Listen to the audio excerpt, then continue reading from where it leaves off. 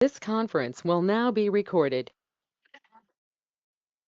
Hey everybody, this is Dr. Doug Smith. It is Friday at 2:30. We don't usually do a Friday 2:30 podcast, but I was at John Hopkins Bloomberg School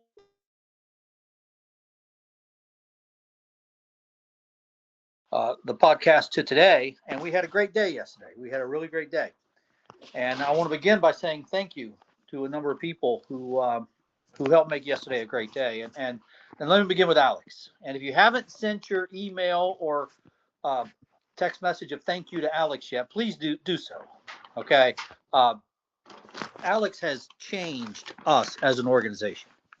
We are not the same organization that we were. Well,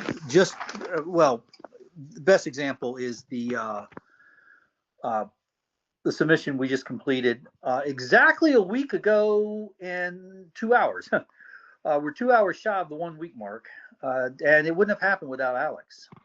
Alex is one of the most is a stunningly talented individual, one of the most talented individuals I've worked with in a long time, and but he excels in persistence.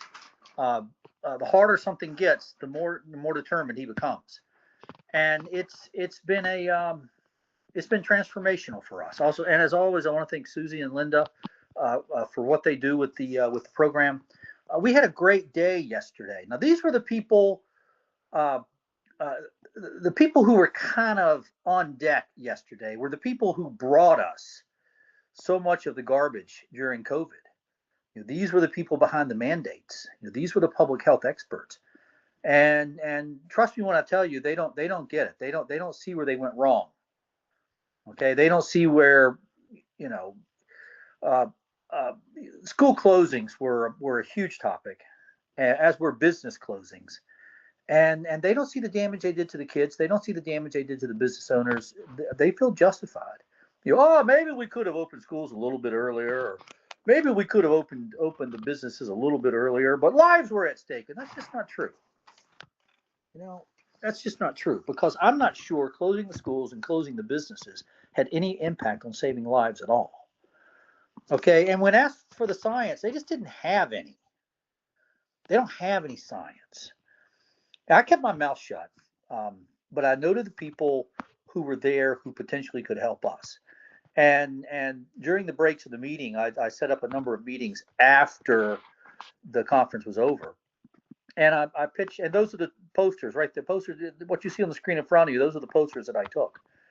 And long story short, it's Friday afternoon, so I won't keep you long. But long story short, okay, a couple people really kind of took us under their wing and looked at what we were doing, looked at what we had to say, looked at what we were trying to accomplish. Conversation turned to how do we get in front of the president? How do we get in front of Secretary Kennedy? How do we get in front of a member of Congress in a meaningful way? And I hadn't told him everything. I hadn't mentioned anything about the book. And one of the main guys, he said, "Have you considered writing a book?" He said, "You need to set you and your group as the authority on this, and the way you do that is you publish a book." And so I informed him that we were writing a book, and we were close to publishing. And then he said something that just really caught me off guard. He said, "Any of the people who've been damaged, would they consider filing a lawsuit?" And I kind of just played devil's advocate, and didn't show our cards. Why do you say that? And he said, "Well, from where you are right now, your science is just too complex for the average congressman or senator to understand. Okay, it's just over their heads. Okay, it's very complex science, but they understand lawsuits. And if you can file a lawsuit for damages, genetic damage, and get in federal court, they're going to accept your science. But if you can't file a lawsuit, they're not going to accept your science." And so I left there with the impression that, wow, okay, the way to move forward faster is to get the book published and get the lawsuits filed. So I been on the phone today with the editors. We've got a schedule to where we'll have the book finished and in circulation. I mean, you can buy it and get it delivered to your house. If I meet all the milestones and they meet all their milestones, if everybody meets their milestones, first week in December, you'll be able to have the book in your home first week in December.